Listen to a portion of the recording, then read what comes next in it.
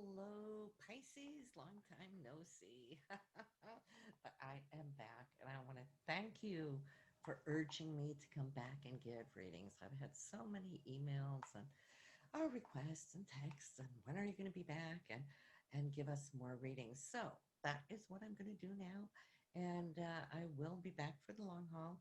Thing is, once you start up, then you got to commit to it, and that's been my thing. I really haven't found that I've had time to commit to it because it does take a long time to do 12 recordings in a month and then edit, and the rendering is what takes, forever. And since I am busy doing other projects outside of my day job, which is giving you guys readings, so I'm always on the phone with you. Um, so I thought I'd compromise, and so I'm using a new software. And this allows me to render it quickly, but there is no editing. What you see is what you're going to get. If we get bloopers, so be it. Just laugh along and have a couple of giggles. We can't take ourselves all that seriously anyway, right? So I'm good with it if you're good with it, and just be patient if there is anything technical. But Pisces, October is going to be such an important month. Not only do we have two full moons this month, but it is this whole aspect, of Jupiter, Saturn, Pluto that's been ongoing all month.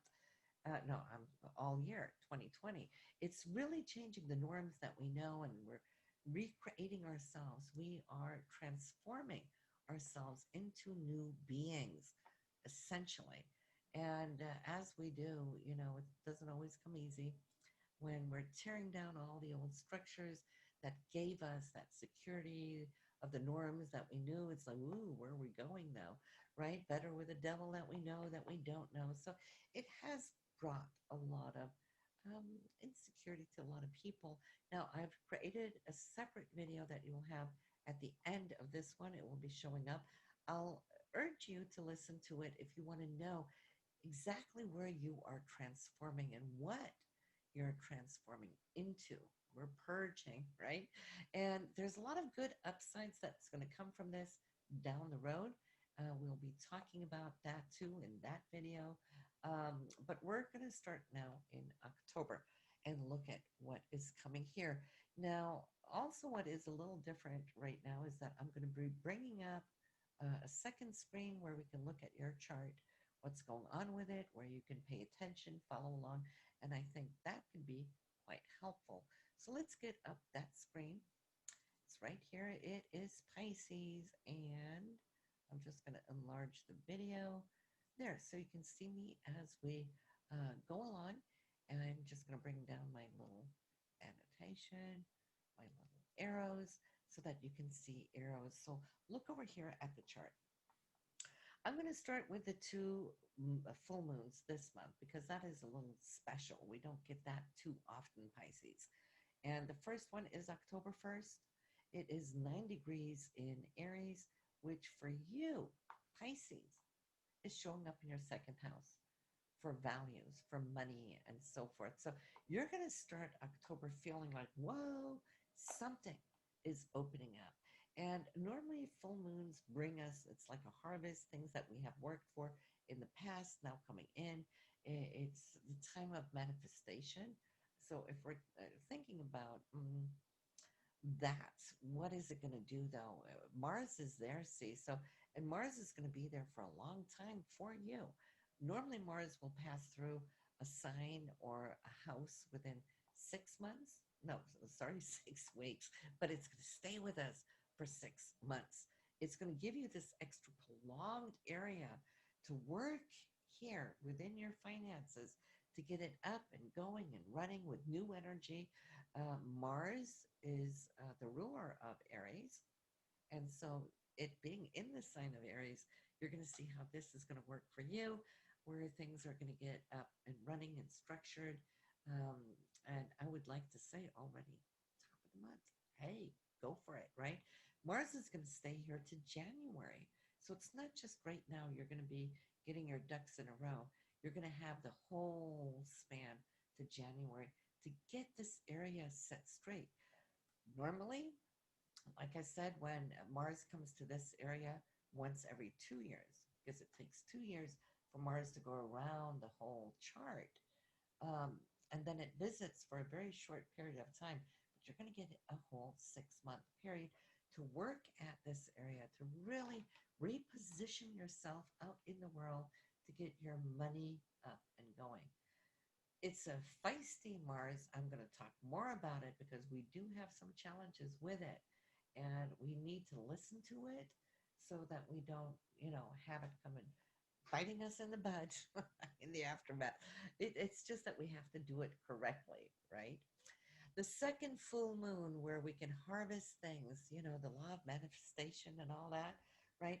The, October 31st, 8 degrees in Taurus, right there. Third house for you, Pisces. Third house is all about communication.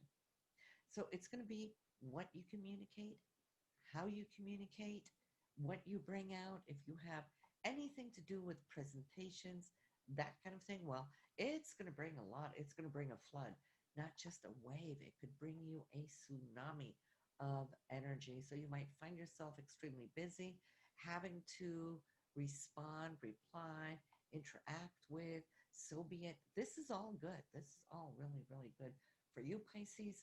And there is a surprise that's going to pop unexpectedly upon you on the 31st. And why? Well, that is because look at your third house right down here.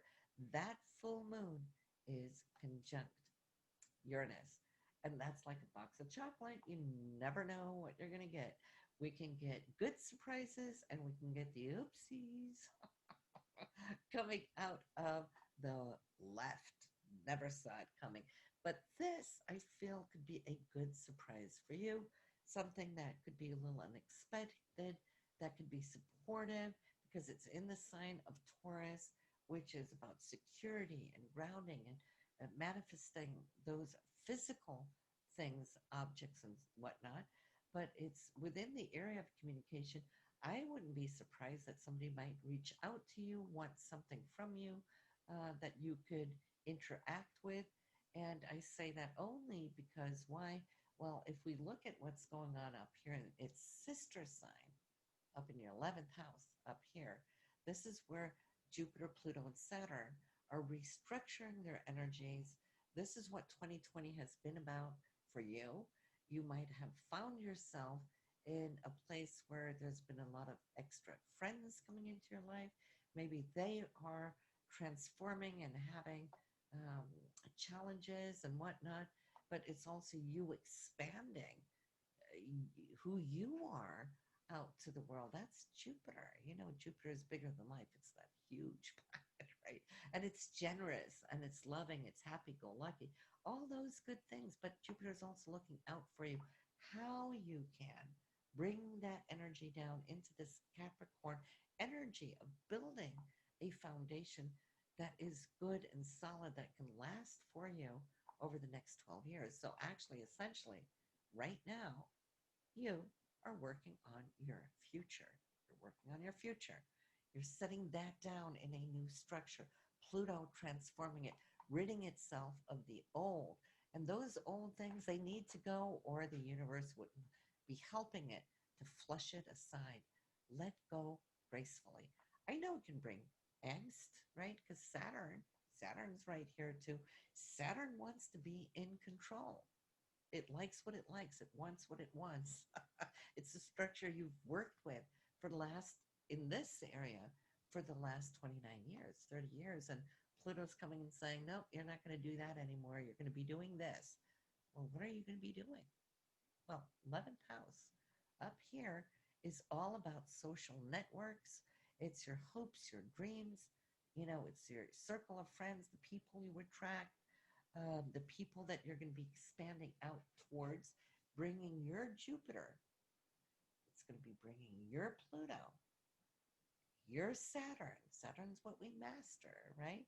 Pluto's that transformative energy, and Jupiter that expansion. So I can see how a lot of you Pisces now are birthing yourself to bring up and out into the world, to your social network. Transformative things, spiritual things, because you are all spiritual. You're all very metaphysical. You're all very artistic, right? So now that it's coming in, so you might see how your artistic imprints might go out socially. You might have been working on this for years behind the scenes, and now here it comes. Don't be surprised at the reactions because there can be a lot of reactions, good ones and whatnot. Um, but there's also that Mars. That let's do that before I go to the new moon. I wanted to talk about the new moon, but let me just bring up some lines here since we're talking about Mars. And I said, it is feisty. It is in the sign of Aries. It's going to help you in the way that you're going to be working on making your income, for one, because that's the second house. Down here, let me draw a line up. Oops, it jumped. Let me erase that. Wasn't too happy with that line. Go, go. And then try again and draw. Mars is creating a square up to Saturn. Saturn is what you know. It's the structure of what you have built. Okay, it's the foundation of security. Saturn is also the ruler of government and whatnot. Saturn is wanting to tell this Mars that you have to focus, you have to work, hold your nose to the grindstone right now because Saturn's not going to be back here for another 29 years, right? So the upside is yes, you might be very busy. Yes, you might have to focus. Yes, you might have to put boundaries out if people are wanting your attention because it's the 11th house, friendships and, whatnot. Those circles, they might be needing you to come help support them. But for you to stay on track with your own income, you might have to draw a boundary here or there so Mars can focus on where it needs to go, and that is building your security, your income, right? Your heart as a Pisces might say, yes, I do want to help and embrace and be all that, but don't forget, don't eliminate yourself. This is important because what Mars is doing, like I said, normally it's 6 weeks, it passes straight through. You got 6 months. So this is where you might find this challenge in October because the aspect is exact. They're both 25 degrees right here. And not only that, but Mars is also squaring off on Pluto. And you, for those of you who have listened to me for years, you know I always say Mars is dynamite, Pluto is nuclear. Put the two of them together. Now, in a good aspect, that could be good things, good passion, all right. But when it's challenged like this, ooh, we don't like that because it can blow up. It's short-tempered, short-fused. It's this and that, or it may not be you necessarily having short fuses. It could be the people you're interacting with in the circle of social media and the circle of your friends. They might be going through a lot of situations where they just need to talk, they need to process, and you're there for them, which is a good thing, but don't let it overpower. You're going to have to balance this because it could be a little bit like a tug of war. The good thing, though, is, Jupiter is always generous and giving, but even Jupiter is squeezed here with Mars. Um, I'd also like to say that the second house isn't just about money, it's values, those things that are important to us that we hold close to heart. And Jupiter is all about fairness and justice, what is right, what is wrong. And we might want to come out with that. And so, people might be triggering you. And you're a very peaceful, laid back type personality, Pisces. Normally, you're very good in your own skin. You might feel that some people can get very feisty about their opinions, their values, because it's not just your values, it's where they're coming from, pinging across on your values. And you might find that a little annoying or intrusive, invasive, and you're just gonna might have to find yourself drawing a line. That Saturn might say, "Hey, I love you, but," like, so, well, I'll hold back, right? Because it might not be your opinions, and we don't always have to agree. We can agree to disagree. That is fine. But if you're feeling that these groups are really powerful and super strong and opinionated because Jupiter can sometimes also be um, coming from a place of wanting to justify, right, their opinions because they're so passionate about it, right? But your Mars might not buy into that drama. This drama. I don't think the drama necessarily is coming from you because you're peaceful, but you might find drama coming to you from the outer world. Lay low, shut the door for a little bit. It's okay to say no. All right. And of course, it's coming up in a month before we have elections and all that. That can stir up things. Um, so just know where you stand and be true to yourself. And even this shall pass. But, challenges aren't always negative when we see these red lines. Sometimes it just means, too, that we're extremely busy. We're busy. We're up and running. We've got things to do, places to go, and hopes and dreams to manifest. Because the 11th house is your hopes and dreams. Mars is saying, I got to focus, focus. So you might find yourself shutting other things out for now that you can't be bothered with this or that because it's taking you away from the focus that you have. If you use this transit of Mars in a good way, you can move mountains and achieve a lot of things if you focus. Then you're taking the discipline from Saturn and using Mars to do it, right? As a tool. You can chisel and carve that mountain. You'll take Pluto, which is, like I said, fusion between dynamite and nuclear. You can apply it if you take it internally and you channel that energy instead of you being, put upon somebody else's path and drama and whatnot. You can do amazing things in a very short amount of time. I think, for many of you, Pisces will be really grateful and happy that you have Mars here as you are carving along and placing down a new path. Because, like I said, it's going to be 2 years the next time Mars gets here, and it's going to just haul ass through there really quickly, and it won't give you the time to kind of create that foundation that you are right now. Jupiter is wanting to expand. Just be careful that you don't spread yourself too thin because Jupiter is like this, right?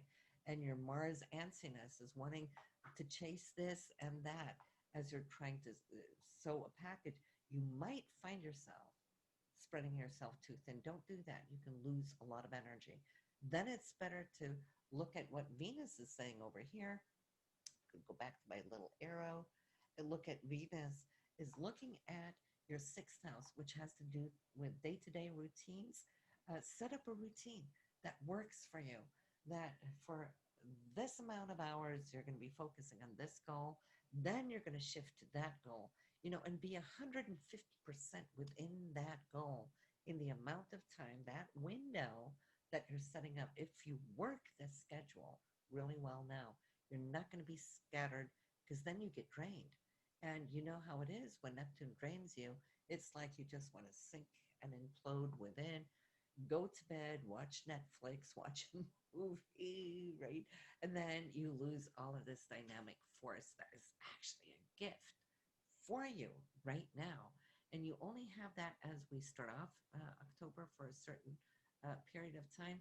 Then Pisces, it's going to move into your seventh house up here for the remaining part of the month. And that is working one-on-one with people, either your spouse or anybody that you work with one-on-one.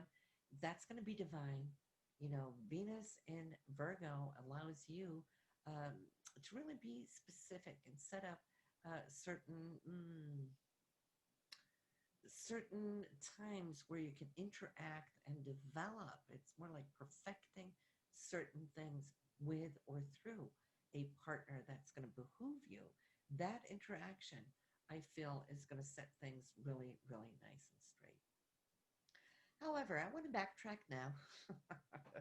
We haven't talked about the new moon. We haven't talked about the passage of the sun, even the sun moving through Libra. And that is, of course, the balance of the scales, it's harmony, it's love, it's romance. When the sun moves through this area every year, that allows you again to look at your finances, not like down here in the second house, because that's money and income.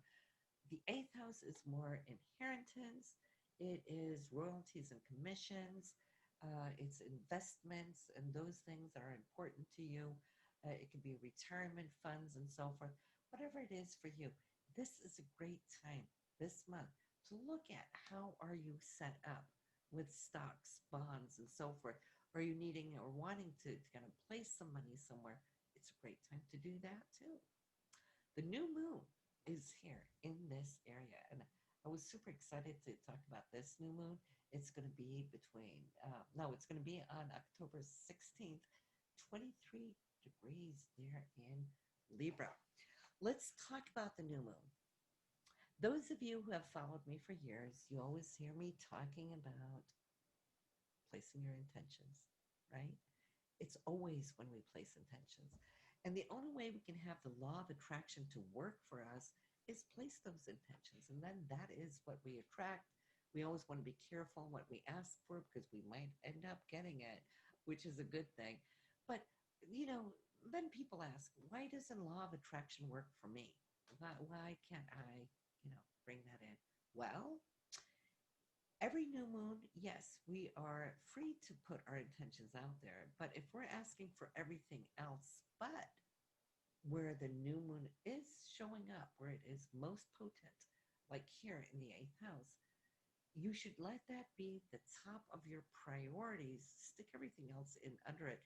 But those other intentions won't be as powerful if you're asking for a relationship right now. That's not where the new moon is. The new moon is wanting to bring to you anything that is eighth house related. Royalties, commissions, okay, stocks, bonds, getting a loan, right? Or if you've been working on a case of inheritance, push that along. Ask for a conclusion on it.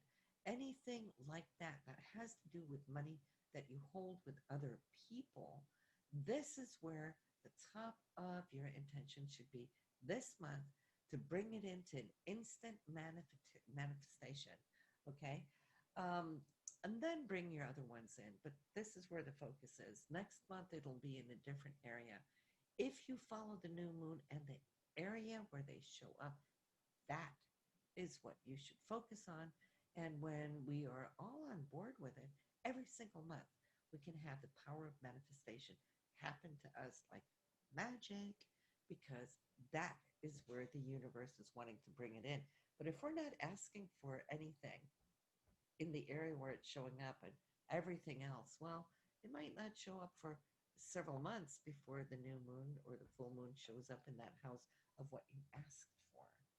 That is why this is magical key, which Karen here now is sharing with you. So always keep that in mind. October 16th, make it work for you. Ask about now wanting to get higher royalties or commissions, or that you want that loan so that you can go and do this or that with whatever it is. Child support. If you need to fix that, this is a great time to ask for resolution, for it to be resolved now, right? Mercury is retrograde again. It will be from October 14th to November 4th. Okay, here we go.